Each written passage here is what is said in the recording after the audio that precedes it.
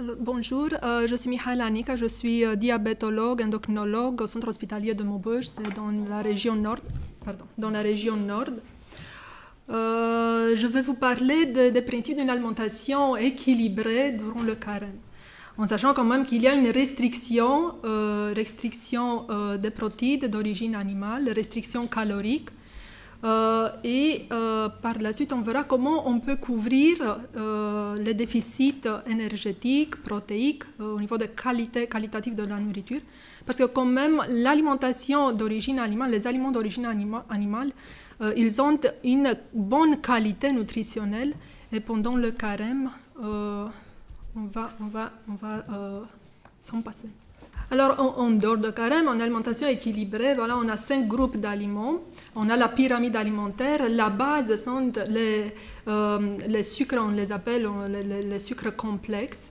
On a le pain, pommes de terre, légumes secs, les céréales, sont à utiliser à tous les repas, sont des sources de glucose avec une absorption lente qui maintiennent la glycémie correcte, mais de l'autre côté, on a des vitamines, on a des minéraux qui nous aident à avoir une bonne qualité du repas quand on les intègre. 5 fruits et légumes verts par jour, 5 portions, ça déjà je pense que tout le monde le sait. Il faut les utiliser les intégrer dans notre alimentation. Les produits laitiers, 1 à chaque repas. Viande, poisson et œufs, 1 à 2 parts par jour au moment des repas principaux. Les produits gras sont à utiliser avec modération et les produits sucrés vraiment occasionnellement. Une alimentation équilibrée comporte donc la présence de légumes, des céréales intégrales, des légumes secs, des fruits, des noix. On parle de plus en plus de la présence du poisson, de la volaille, l'huile d'olive et du vin rouge. Je vais revenir sur l'importance d'avoir au niveau des légumes les feuilles vertes foncées. On verra qu'elles ont des propriétés un peu différentes qui peuvent protéger le cerveau. Et maintenant, les problèmes les plus importants liés à l'alimentation sont surtout les problèmes cardiovasculaires, cérébrovasculaires et la démence. Et on commence à comprendre qu'il y a un lien on commence à comprendre de plus en plus mieux qu'il y a un lien entre l'alimentation, la qualité de notre nourriture et l'apparition de la démence et les troubles cognitifs. Qu'est-ce qu'il faut éviter? On essaie d'éviter de manger de moins en moins la viande 1 fois par semaine, friture, fast-food vraiment à éviter, margarine, beurre, on préfère le beurre parce que la margarine elle a des graisses qui ne sont pas de bonne qualité, les sucreries et la pâtisserie. Alors, comment devrait avoir le repas normal? Le repas normal, on a les légumes, 1/3 de l'assiette, on a les féculents, 1/3 de l'assiette, et viande et poisson. On devrait avoir le produit laitier. On a je ne sais pas si vous arrivez à voir. Ah oui. On a la salade et on a la tranche du pain. Alors, pendant le carême, c'est cette partie ici qui, normalement, devrait pas être présente. Et on a le produit laitier. Bon, le produit laitier comme dessert, on peut le remplacer avec le fruit. Mais cette partie ici, voilà, normalement, elle ne devrait pas être présente dans l'assiette. On parlait des gens qui commencent à prendre du poids pendant le carême parce que, au lieu de laisser cette partie vide au niveau de l'assiette, on commence à la remplir, soit avec des féculents, soit avec des sucreries. Voilà, c'est pas étonnant qu'en fin du carême, on est avec quelques kilos en plus. Alors, qu'est-ce qu'on devrait faire alors qu'est-ce qu'on peut utiliser au niveau des féculents? Quels sont les féculents? Comme je vous ai dit, les féculents sont ce qu'on appelait avant les sucres complexes. Maintenant, on les appelle des aliments avec un index glycémique bas. Leur avantage, c'est qu'ils ont une absorption très lente et nous permettent d'avoir une glycémie stable pendant la journée. Ça signifie glycémie stable, on a moins la sensation de faim. On a alors, au niveau des féculents, on a les céréales complètes, le blé, le riz, l'orge, avoine, maïs, quinoa, le seigle. On a les légumes secs, les haricots secs, soit blancs, soit noirs, pinta, voilà, une sorte de type de haricots, les lentilles, la fièvre, soja et le pois, le petit pois par exemple. Et on a aussi les pommes de terre. Comme je vous ai dit, si on revient en arrière, on a ici l'absence, on a pendant le carême l'absence de viande, de la viande, du poisson, de l'œuf. Alors on a ici des protéines qui sont très importantes pour le bon fonctionnement de l'organisme. Ce sont des protéines de bonne qualité. Et l'avantage dans la viande est qu'on a tous les aminoacides essentiels. Ce sont des aminoacides qui ne peuvent pas être synthétisés par notre corps. Et on a besoin de ces acides aminés pour synthétiser des protéines. Alors, il faut prendre toutes ces protéines qui ne sont pas présentes, il faut les prendre d'ailleurs. On les trouve au niveau des féculents. Mais les féculents au niveau des céréales et des légumes secs. Mais le désavantage quand on a une alimentation végétale, c'est qu'on n'a pas un aliment qui a tous les acides aminés présents. Alors, qu'est-ce qu'on peut faire pour préserver l'apport protéique? Il faut combiner les légumes secs et les céréales. Ils sont une source de protéines assez intéressante que la viande. Et par exemple, une demi-tasse d'haricots secs avec 4 tasses de riz complet sont des tasses américaines. Okay? C'est équivalent à 500 grammes de steak, les protéines apportées par 500 grammes de steak. Alors, qu'est-ce qu'on peut faire au moment de repas? Comme je vous ai dit, on a les féculents, cette partie, et quand on prépare le repas, on ajoute dans la tière correspondant aux féculents des céréales complètes et des légumes secs. Et comme ça, on peut avoir la source de protéines nécessaires pour notre organisme et pour le bon fonctionnement.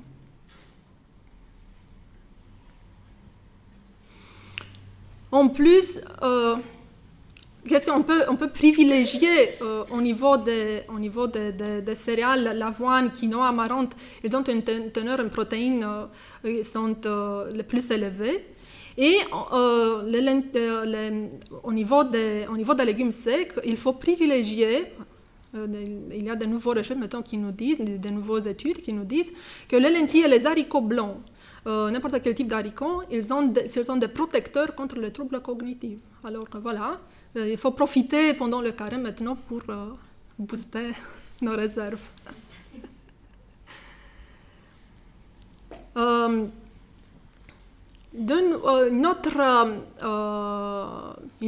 parlait de l'autre partie, pardon, je reviens en arrière. L'autre partie de l'assiette, c'est un tiers. On devrait avoir les légumes. Bon, au niveau des légumes, maintenant, des études nous disent qu'il y a entre les légumes, il y a les légumes à feuilles vertes qui sont très intéressants au niveau de l'alimentation pour protéger le cerveau. Alors, au niveau des légumes verts, on a qu'est-ce qu'on appelle les vitamines K, les folates, mais on a aussi la lutéine. C'est un composant très important pour nous protéger contre les troubles cognitifs. Et c'est préférable, quand on prépare nos repas, préférable utiliser les légumes feuilles vertes foncées au moins une fois par jour. Okay, on a les salades, l'épinard, l'oseille, le chou, plantes sauvages, les herbes aromatiques, vous voyez ici la liste. On les met dans l'assiette et de nouveau, on profite maintenant pour avoir une alimentation plus équilibrée pendant le carême et pour refaire les réserves. Au niveau des fruits et des légumes, on conseille 5 fruits et légumes par jour. Toujours dans cette démarche de diminuer le risque des troubles cognitifs, apparemment un rôle très important sont les baies, la myrtille, les fraises.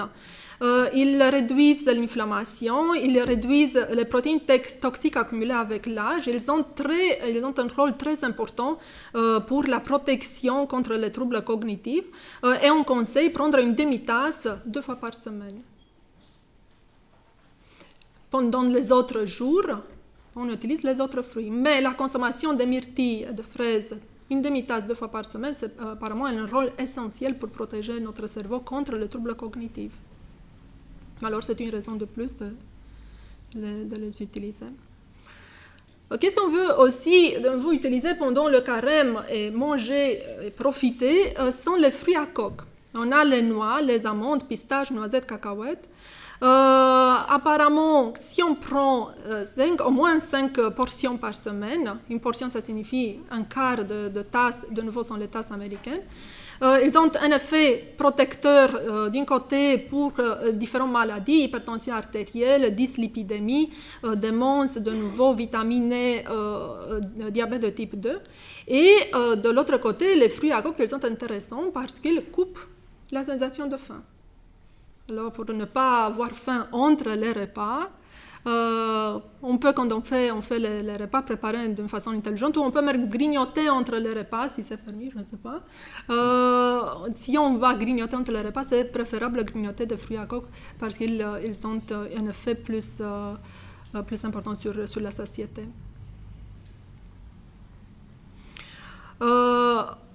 Normalement, en dehors du carême, on conseille la consommation de poisson au moins une fois par semaine. Pendant le carême, quand on a les jours de rupture de jeûne, les jours de fête, sont à privilégier le saumon, les truites, les sardines et les harengs. Sont des poissons qui sont riches en acides gras monoinsaturés de type oméga 3 qui a un effet protecteur cardiovasculaire contre l'infarctus de myocarde, cérébrovasculaire contre l'accident vasculaire cérébral et de nouveau contre les troubles cognitifs. On a des études qui nous montrent finalement qu'on a essayé de donner des oméga 3, on a essayé de les donner dans des comprimés et on a vu qu'il y a un certain effet protecteur, mais finalement c'est pas le même effet. Alors il y a d'autres substances dans le poisson qui a un effet protecteur. Alors c'est préférable de manger le poisson et de ne pas prendre juste les gélules avec l'oméga 3. Oui. Alors, l'huile d'olive. L'huile d'olive, je pense déjà qu'on sait, on connaît qu'il y a des effets bénéfiques au niveau cardiovasculaire. Il y a des effets bénéfiques au niveau de la protection contre les troubles cognitifs.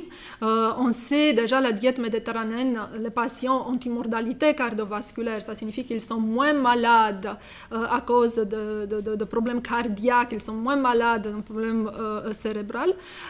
Il faut privilégier, on conseille l'utilisation de l'huile d'olive, privilégier son utilisation en première intention, qu'il soit le premier huile qu'il est utilisé dans la cuisine. Intéressant en dehors des carèmes, intéressant pendant le carême, si on ne fait pas le jeûne total, c'est l'hydratation.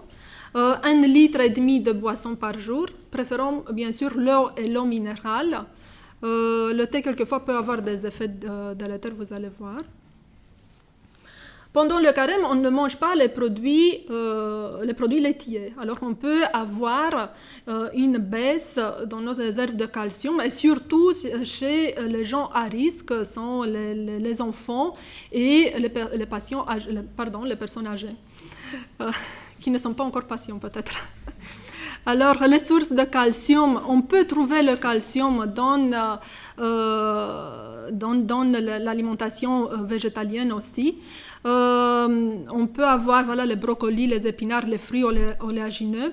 Les eaux minérales riches en calcium sont à favoriser. Et on peut avoir des boissons de soja, riz, amandes qui sont enrichies en calcium. Attention par contre avec le soja, parce qu'il y a un débat maintenant, ils contiennent des inducteurs endocriniens. On a les phytoestrogènes, favorisent l'apparition de cancers qui sont hormonodépendants, cancer du sein, cancer de la prostate.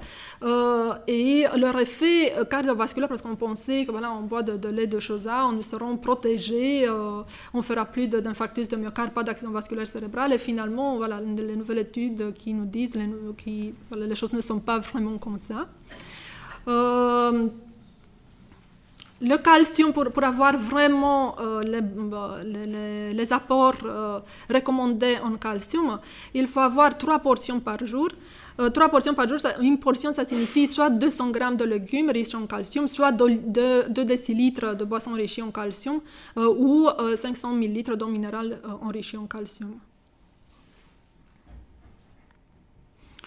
Bon, on ne mange pas de viande.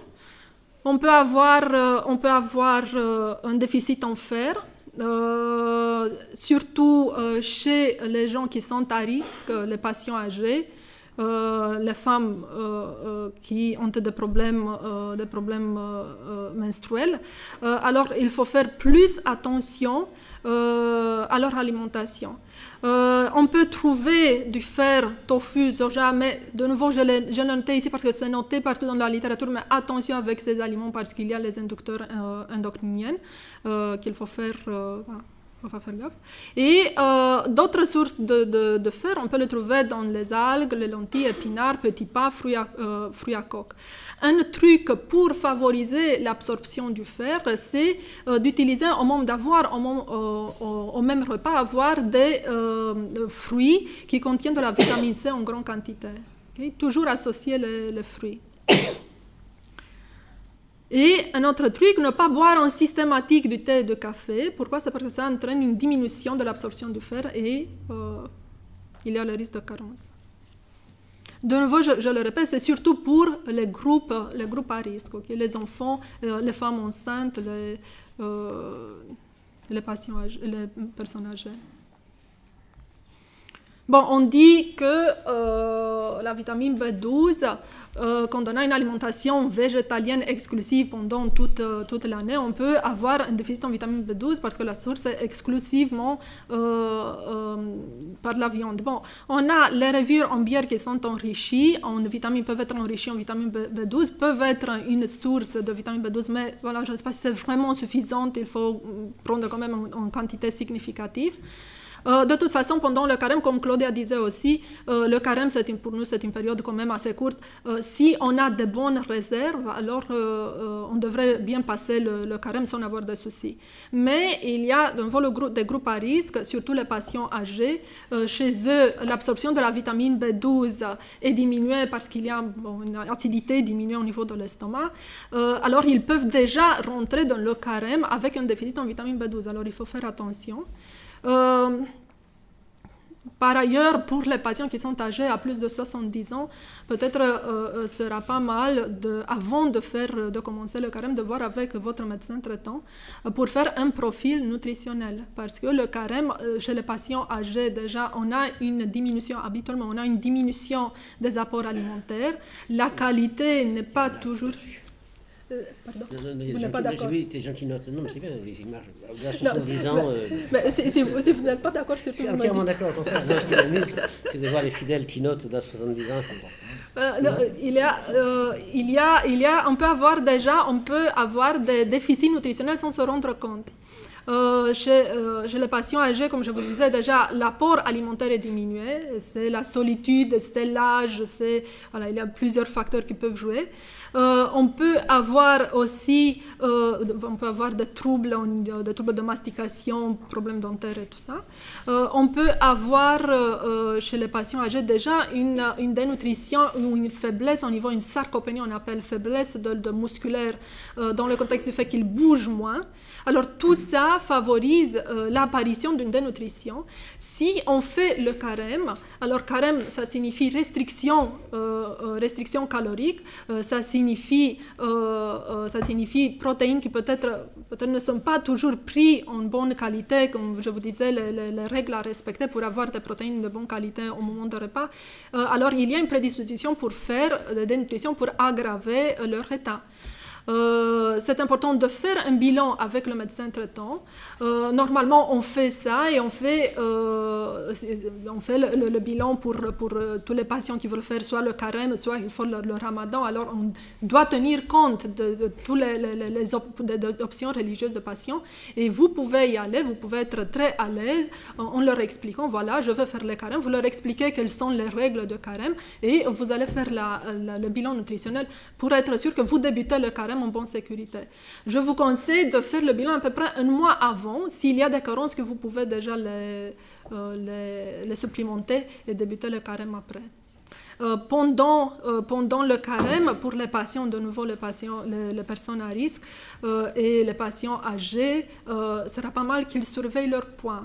Et si on commence à avoir un prépondéral de 3% pendant 2-3 semaines, alors ça peut être un signal d'alarme. contacter de nouveau votre médecin traitant pour être sûr que tout est en règle. Il fait une prise de sang et normalement, on pouvait voir qu'est-ce qui se passe. Bon, je fais la parenthèse pour les patients âgés.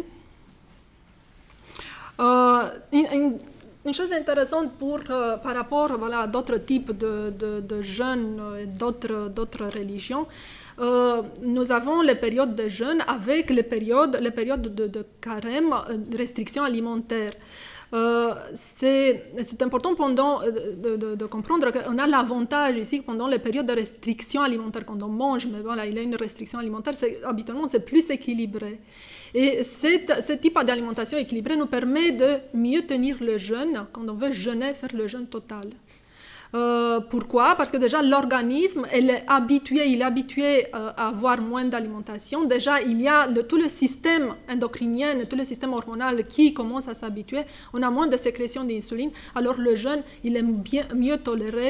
Le jeûne total il est mieux toléré dans les jours intermittents.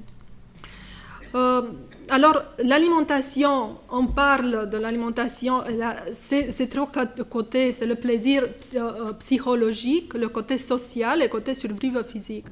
Bon, quand on est dans la restriction alimentaire, bon, même si on mange pour le carême, on ne doit pas avoir la nourriture de mauvaise qualité, on peut avoir de bons plats, mais peut-être on n'est quand même pas dans le plaisir, on n'aime rien manger, je ne sais pas, autre chose, un beau steak ou d'autres choses, mais on est quand même dans la restriction.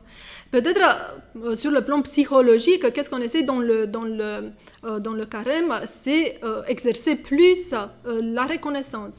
C'est quelque chose qui appartient à l'être humain. Plus il est dans la restriction, quand il fait une petite restriction, il est plus dans la reconnaissance. Quand on a tout ce qu'on a vu sur la table, on est un petit peu moins on dit moins merci pour tout ce qu'on a. Alors ça nous fait vraiment pendant le carême, ça peut nous aider à mieux comprendre tout ce qu'on a reçu et tous les cadeaux qu'on reçoit tous les jours de Dieu. C'est le côté social qui peut jouer et qui peut être très important, surtout pour les gens à risque, de nouveau, pour les gens qui sont âgés. Peut-être ce sera pas mal si on essaie de les accompagner pendant le repas, les inviter pour avoir ce côté social et ce côté même pendant le carême. Et l'alimentation, c'est cette composante physique survivre. Et Claudia a parlé à un certain moment pendant sa présentation du fait que l'organisme il reçoit ça comme une agression, et surtout pendant le jeûne, c'est une agression. Il ressent que la vie est en danger. Il y a toutes sortes de mécanismes qui sont mis en place qui entraînent un état de stress, et à cause de ça, peut-être pendant les premiers jours, qu'on est plus agité, plus réactif, plus nerveux. Mais il y a une chose intéressante qui se passe après les 3 jours, ça peut durer même plus, quand le corps cétonique commence à s'améliorer, commence à se sécréter en grande quantité, à se fabriquer en grande quantité. Le corps cétonique entraîne un état de bien-être. Alors après la bataille, le premier jour est plus dur, mais après quelques jours, ça dépend, chaque personne est différente, on peut avoir un état de bien-être.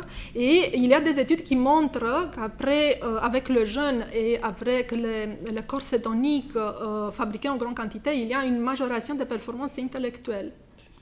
Et il y a même maintenant des intellectuels et même sportifs. Il y a des attitudes qui sont proposées, des tactiques qui sont proposées pour majorer les performances physiques chez les sportifs. Peut-être pas le jeûne pour eux, le jeûne total, mais des diètes, on les appelle kétogènes, qui favorisent la production des corps cétoniques. Bon, j'ai mis ce slide à la fin. C'est par rapport à l'activité physique.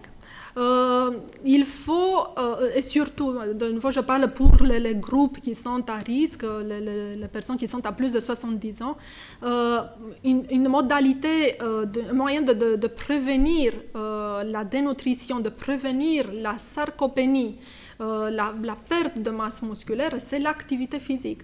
On ne va pas faire la course, mais il faut les stimuler à marcher, il faut les stimuler à bouger, même si elles font le ménage dans leur maison, monter et descendre les escaliers, ça peut être intéressant pour eux pour garder le bon tonus et pour finir le jeûne, le carême en bonne santé.